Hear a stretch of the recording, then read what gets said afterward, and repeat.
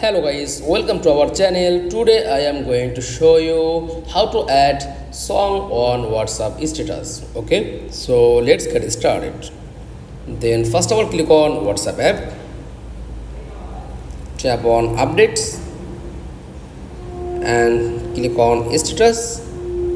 Just tap on add to my status. Okay, and click on any photos.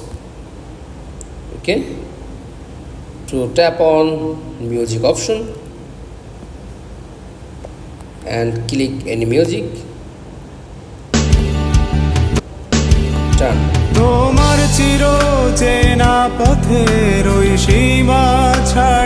Just tap on this option and preparing. Okay, to add song on WhatsApp status. That's all.